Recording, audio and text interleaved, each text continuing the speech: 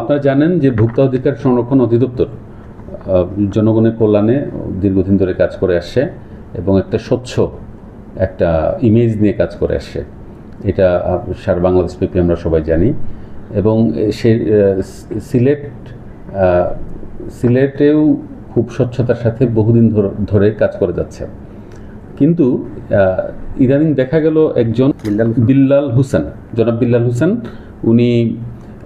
উনি একটা এই যে আজকে যাকে আপনাদের সামনে উপস্থিত করা হয়েছে, বিল্লাল হোসেন, উনি যে সমস্যাটা দেখা দিয়েছে সেটা হচ্ছে বিভিন্ন অভিযোগ প্রতিষ্ঠানের বিরুদ্ধে এর আগেও প্রায় যদি বলি 4 বারের মতো আজকে নিয়ে উনি অভিযোগ দায়ের করেছে, বিভিন্ন অন্যজনকে দিয়ে অভিযোগ দায়ের করিয়েছে।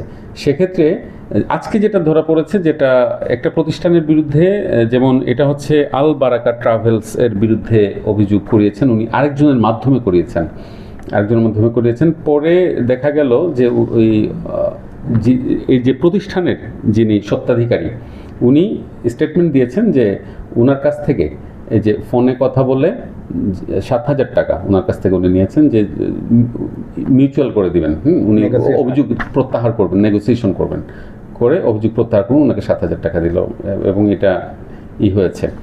এটা এখন সমস্যা হয়েছে যে আমাদের এখানে যেমন আমরা তদন্তকারী কর্মকর্তা হিসেবে দুজন আছি। এখন কিছু ফাইল দেখা যাচ্ছে একজনের কাছে আসে, আবার কিছু ফাইল অন্যজনের কাছে। কিছুদিন আগেও উনাকে আমরা কিন্তু ট্রেস করতে পেরেছি, যখন উনি প্রভাবিত করার চেষ্টা করেছিলেন একটা অভিযোগের শুনানিতে, অফিসারকে প্রভাবিত করার চেষ্টা করছিলেন। তখন আমাদের একটু সন্দেহে আসে যে উনার কোনো কিছু আছে কিনা এই বিষয়টাতে, কোনো দুরভিসন্ধি আছে কিনা এখানে। এটা আমরা কিন্তু উনাকে ট্রেস করে রেখেছিলাম যে পরবর্তীতে যদি এরকম আসে আমরা তাকে করে ফেলবো আর কি। ঠিক আছে, কালের পরিক্রমায় আজকে কিন্তু এই ঘটনাটা ঘটেছে। আমরা আজকে আপনাদের সামনে আমরা হাজির হয়েছি এই বিষয়টা নিয়ে। এটা আর কি, আপনারা জানেন যে আমরা সবসময় স্বচ্ছভাবে কাজ করতে চাই। এরকম হলে তো সমস্যা, এরকম হলে পরে আপনাদেরও প্রশ্ন জাগতে পারে বিষয়টা নিয়ে। এর জন্য আজকের এই আয়োজন করা।